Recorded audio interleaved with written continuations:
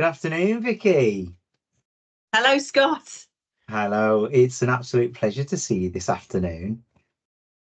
And What I you. wanted to say was that it's my absolute delight to be interviewing you today and asking you some questions around your new brand, Empowered Change, talking about your skill set and what it is that you're doing to apply those in the businesses that you are looking to impact change. So, Vicky and I have known one another for quite a long time. Started off with a professional working relationship in the financial services industry, and Vicky has been instrumental in my growth personally. So it's my delight today to give you some payback.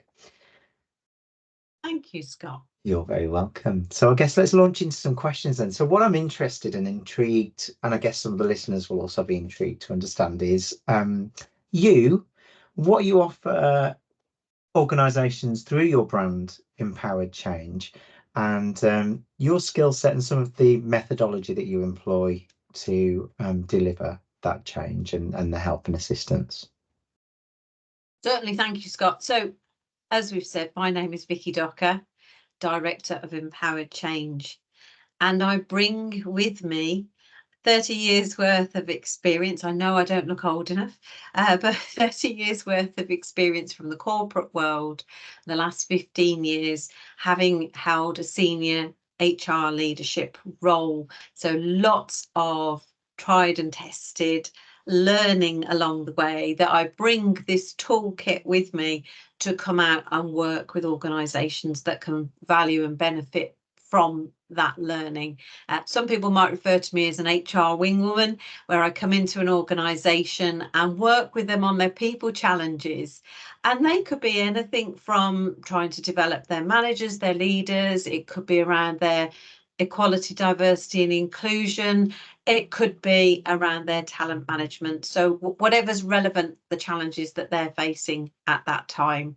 And I bring a few tools in my toolkit, specifically some of them that I offer are, one is the GC index, which you may or may not have heard about before. I know you have, Scott, because you've had your profile.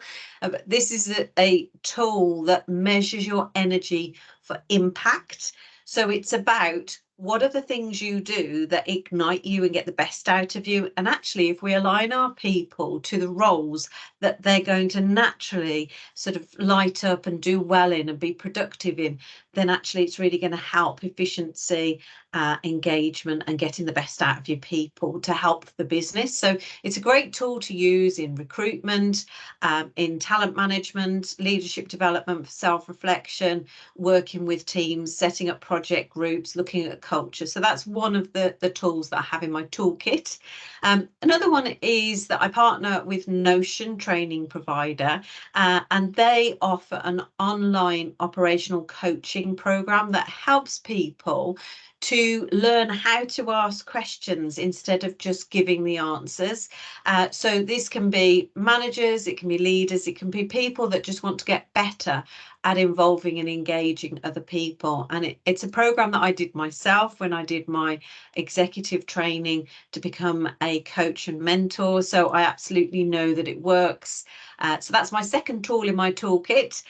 My third is around a program which is designed to help organisations with their equality, diversity and inclusion, particularly looking at women in business. It's quite a hot topic about how do we attract, how do we develop, how do we progress and retain our women in the workplace. And some organisations find this really challenging to be able to progress women into senior leadership roles and help them to thrive well at work. So I have a program for that. And I also have a program around the equality, diversity and inclusion, focusing on well-being, mental health and avoiding burnout. So those are some of the programs. But as I said at the beginning, I have a lot of knowledge, a lot of experience. There's not much that I haven't come across from a people development perspective that I can't focus on in a company to help them. And I can either coach, I can design and deliver, I can look at strategy, I can look at enabling your people to be able to deliver the material themselves. So whatever the need is, I have a lot in my toolkit, as your HR wing woman that I can bring forward? That sounds exhausting, but also really exciting. And I've just tried to get it out of my head that it's not the VD toolkit, it's the EP toolkit. There So we that's go. really, really, really exciting to hear of the skills that you possess. And obviously, as you alluded to, yes, I have been a victim of your coaching and the GC index, which I highly recommend. So, talking more about your skills and what you can bring to organisations, I guess this is sort of flipping it on its head. But what do you identify as challenges to achieve outcomes that you described in your intro? So, some of those more challenging niche things that you're looking at in terms of women and empowerment and advancement in the workplace. I think some of those are about leaders and managers having the skills to be able to get the best out of their people, to be able to engage. Often managers and leaders have been promoted because they're good at what they do, but it doesn't mean that they're a good manager or people leader. So I think sometimes the challenge is managers and leaders realizing they need to manage through their people. They need to have the skills to be able to create the vision, to be able to engage and take their people on the journey, to be able to ask questions of their people. When their people come to them with a problem, instead of thinking they've got to solve it, that they can actually ask questions like, well, what do you think? What have you tried? What might work in this situation? What do you need to do to move that forward? And then empowering their people. And I think there's a lot about trial and error, and as long as it's obviously not a big sort of risk to an organization, giving people the opportunity of trying out their ideas is really valuable, because we learn best through experience, and you're really going to engage with your people and get the best commitment from them. So questioning, listening, trusting, letting go that you've got to be the one with all the answers. I think creating that environment, the challenge is creating the environment where people feel safe to put forward their ideas. Organizations want innovation, they want transformation. Now, to do that, you need to engage with your workforce. They know what the problems are, they know what the solutions are. But if you don't set the right environment, which is an inclusive environment, often people won't speak up because they're fearful of, oh, if that's a silly idea, or what will people say. So it's really important to know how to create that environment, and to sort of help people to speak up and play to their strengths, I suppose. So those are some of the things I would suggest. It's about mindset, it's about having a growth mindset. Carol Dweck talks about the growth mindset, where you're open-minded and curious like a child to other people's experiences.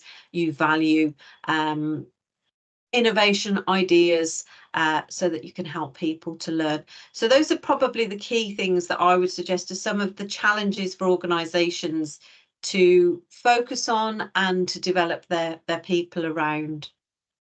Okay, so you talk about that ignition of fire within people.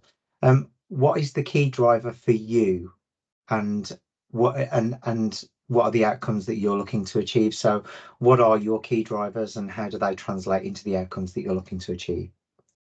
Yeah, I mean, my key drivers are around people. My passion is people. It's about enabling people, and that's why I called it Empowered Change, because it's about empowering people to change and to be part of that transformation in organizations. So being able to support and enable people, for them to grow and to learn and to sort of like experience, is really key for me. Being able to help managers to have the right skills, and the right qualities to be able to help, and leaders to be able to lead.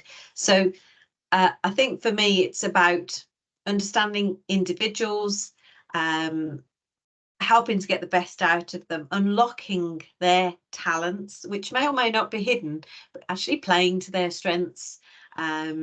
There's no one size fits all in life, and everybody has something to bring, and it's about finding that. So for me, it's really about unlocking the door for people, for them to see the value that they bring to get the best out of them so they can impact in a workplace. They can be part of the solution for the organisation. They can drive and deliver the results for the organisation, and they can enjoy it and go home with a sense of achievement. I would absolutely agree that that sense of achievement is something that everyone's looking. It's that validation, isn't it? So when you achieve something, that accomplishment, it definitely is the validation. So when you were talking about accomplishment and validation, there have been a lot of other guests on your podcasts that have, I guess, been given the opportunity and a platform for them to share their stories. And my question to you would be, why are you promoting them and not yourself? It's an interesting question, Scott, and thank you for asking it, because other people have asked me that same question. And for me, the piece around being aware of others and other people's stories, I think is really powerful. I think we can learn so much when we hear people's stories firsthand. I can relay people's stories, but somebody who's gone through something themselves is so much more powerful in how they deliver what their experience was. So I invite people to come and talk about their lived experience, to share, so that as the listener, we can be curious and we can be open and go, oh, I wouldn't have realised that. That's really interesting. I didn't realise those were some of the challenges that somebody might face. And it's really about helping HR leaders, business owners, and us as individuals to start to think about, what do we need to do in the organisation to create the right working environment, to create a place where people can be themselves, they can speak up with confidence and not be worried. And Stephen Covey is a great example. His book, 7 Habits to Highly Effective People, talks about, let's start by seeking to understand rather than being understood. So for me, it's about, let's understand other people's journeys so that we can be thinking about, well, how does that translate back in our workplace? Are we doing the best? Are there ideas actually that I've gained from listening to this person?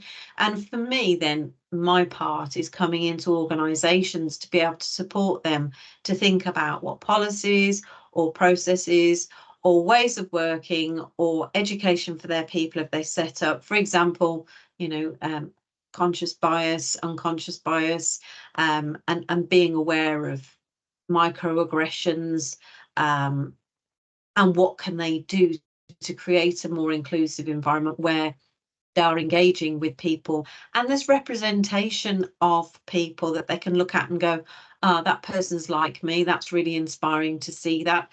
So that's why I like to bring people onto the podcast, so that they can share their story and we can hear it and we can reflect and think about, what do we need to be aware of? Are there things we can do differently in organisations, either as a worker or as a leader or a business owner, to make a better place for people to be able to be themselves and collaborate, innovate and transform the business? And I think you struck a chord there with the word collaboration. That's absolutely key, isn't it, in everything that you do? So I guess then when we're talking about collaboration, you're giving people those platforms, but also you're having a platform to talk openly about your business and where that's advancing to. What's going to be exciting is, do you want to, I guess, what's the next step for you? What, in terms of the podcast, what's the journey going to look like? What is the next step for you? So the next step will be, I have a few people who also are going to come onto my podcasts.